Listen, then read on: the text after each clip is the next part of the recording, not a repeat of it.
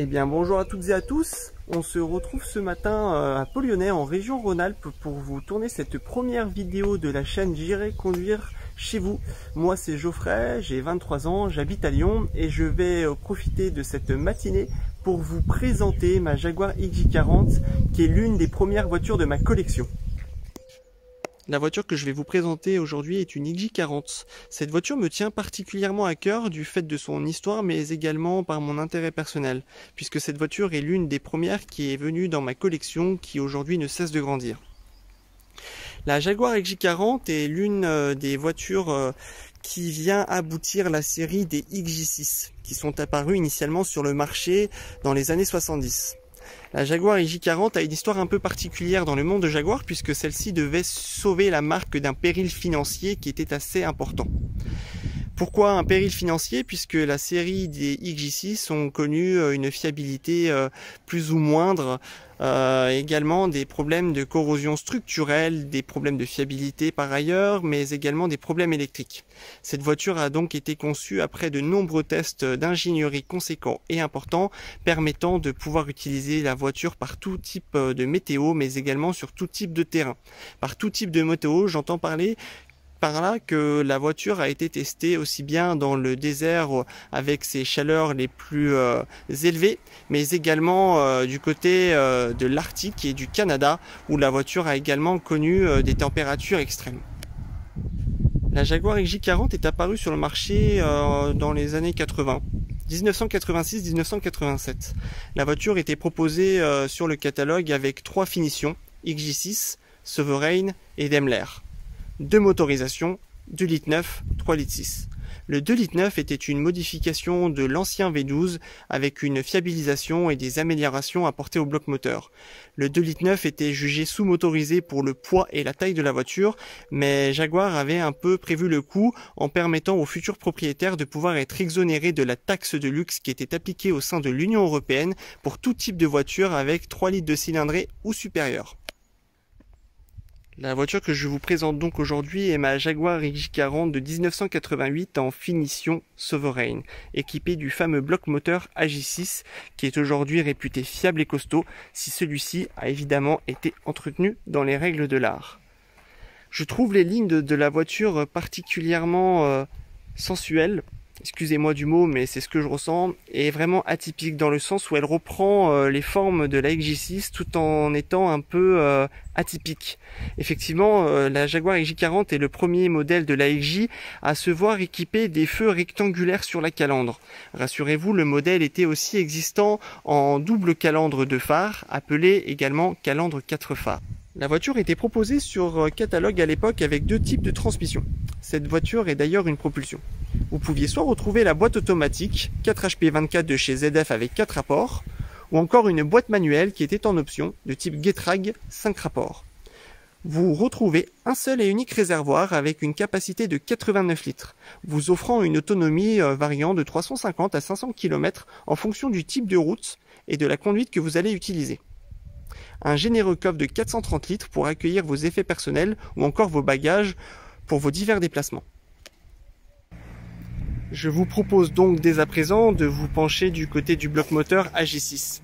Bloc moteur qui est assez imposant mais qui dispose quand même de place pour pouvoir respirer et disposer d'un entretien facile d'accès. Ce n'était pas forcément le cas pour les séries précédentes. Vous retrouverez d'ailleurs juste au bout de mon doigt le bocal vert permettant de vérifier le niveau de LHM pour la direction assistée qui est hydraulique ou encore de vérifier le niveau pour la suspension SLS pour les modèles qui en sont encore équipés. La Jaguar XJ40 est une voiture plutôt fiable dans son ensemble, si celle-ci a connu un entretien mécanique rigoureux selon les recommandations constructeurs. Les seules faiblesses qui peuvent vraiment nuire à la voiture, comme toute vieille auto, c'est la corrosion. En effet, la Jaguar XJ40, comme de nombreuses voitures des années 90, est équipée de nombreux chromes qui entourent les vitrages. Les joints ont tendance à craquer avec le temps ou encore à se fissurer, permettant l'eau à s'infiltrer derrière et pouvoir ensuite stagner pour attaquer les structures et les montants des vitrages.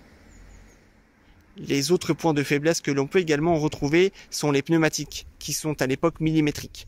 Vous pouvez monter des jantes en 15 pouces pour pouvoir faire face à ce problème, mais sachant que les pneumatiques 15 pouces commencent à être difficiles à trouver et les prix commencent à augmenter, la meilleure condition et la meilleure alternative que je puisse vous proposer aujourd'hui est de monter des jantes 16 pouces.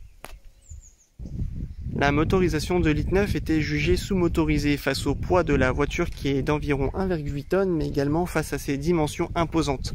En effet, nous retrouvons ici une voiture qui mesure à peu près 5 mètres de long pour 1,80 m de large. Cette voiture n'était pas digne du Grand Sportive malgré ses motorisations proposées sur le catalogue. Cette voiture était proposée pour les grands routiers ou les personnes qui souhaitaient faire de la route ou encore se balader sans aucune fatigue et sans aucune gêne. Deux autres points importants à souligner sont le pont arrière et la crémaillère de direction qui ont parfois l'âge de la voiture et nécessitent un entretien particulier ou encore un remplacement suite à leur vieillesse. Je vous propose donc maintenant de jeter un coup d'œil à l'intérieur. Mon intérieur n'est pas forcément un exemple puisque c'est un intérieur Daimler. En effet, le propriétaire à qui j'ai acheté cette voiture souhaitait un peu plus de confort, mais voulait permettre également à ses passagers arrière de disposer des fameuses tablettes en ronces de noyer. Nous retrouvons donc ici un intérieur confortable, 5 places, plutôt jugé pour être une auto à 4 places puisque la 5e place se trouve juste ici. Je ne vous raconte pas du coup l'état de fatigue de la personne qui effectuera les nombreux kilomètres à cette place.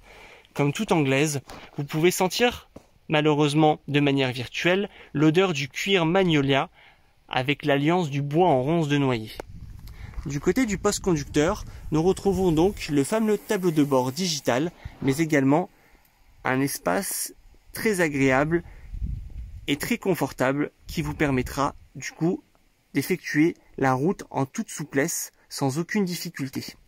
1988, les 2 rétros avant sont électriques, 4 vitres électriques, sièges électriques en profondeur, en hauteur ou encore au niveau du dossier. Mais vous retrouviez également sur certains modèles l'ordinateur de bord équipé du speed control qui est donc le régulateur de vitesse.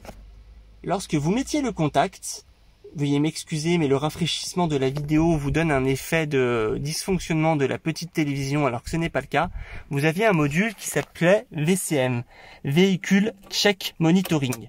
Ce module-là permettait de repasser en revue toutes les fonctionnalités de la voiture et de vérifier également les différents niveaux avant que vous puissiez prendre le départ et si vous deviez éventuellement remettre des fluides, que ce soit de l'huile ou encore du liquide de frein. Ce dispositif vous permettait également de savoir si vous aviez une ampoule de grillé ou une portière ouverte avant votre départ pour vous permettre de rouler en toute sécurité. À l'époque, Jaguar avait voulu innover en vous proposant une voiture de série avec une suspension à correction d'assiette hydraulique à l'arrière. Je ne vous cache pas que cette histoire a été assez expérimentale dans le sens où de nombreuses voitures, une fois passées 30 000 voire 40 000 km, commençaient à connaître certains dysfonctionnements de ce côté-là. Aujourd'hui, les nombreuses voitures qui se situent sur le marché de l'occasion ne sont plus équipées de ce système. Elles ont reçu un kit d'adaptation pour amortisseur classique avec double ressort.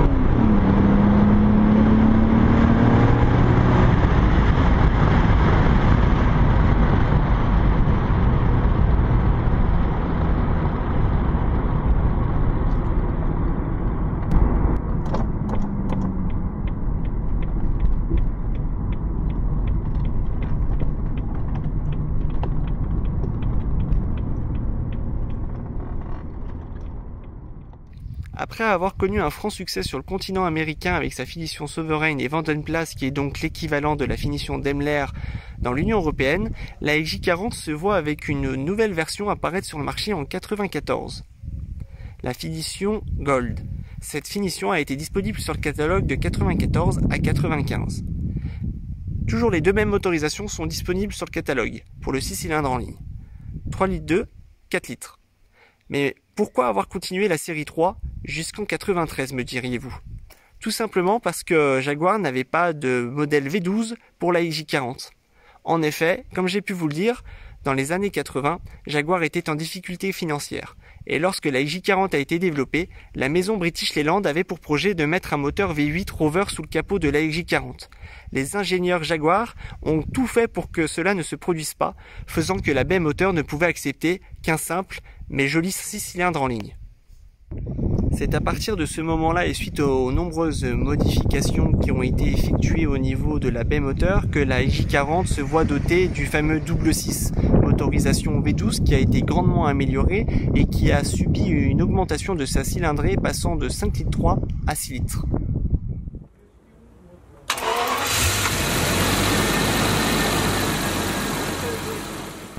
Du côté de la mécanique, la série Gold connaît également quelques changements, notamment au niveau du pont arrière par exemple, qui était voué à être monté sur la XJ300. Cette astuce a permis à Jaguar de pouvoir voir, entre guillemets, la fiabilité des futures pièces qui devaient être montées sur la XJ300, mais également d'avoir de possibles retours auprès de sa clientèle. Bref, la Jaguar XJ40 reste encore une magnifique voiture dans l'air du temps, sachant se démarquer au sein de la circulation moderne, avec une motorisation digne de l'Angleterre, le fameux 6 cylindres en ligne AJ6, un moteur à la fois souple, coupleux, confortable, avec un intérieur vous proposant une série d'équipements dignes des grandes voitures de ce jour, vous permettant de pouvoir vous pavaner au sein d'un salon roulant. Je vous remercie d'avoir visualisé cette vidéo. Je vous demanderai juste d'être un peu indulgent du fait que ce soit la première fois que je réalise ce genre de contenu et de présentation. Il est maintenant grand temps que le félin se mette à l'abri pour sommeiller jusqu'au week-end prochain. Je vous souhaite une bonne journée. À très bientôt pour de nouvelles aventures.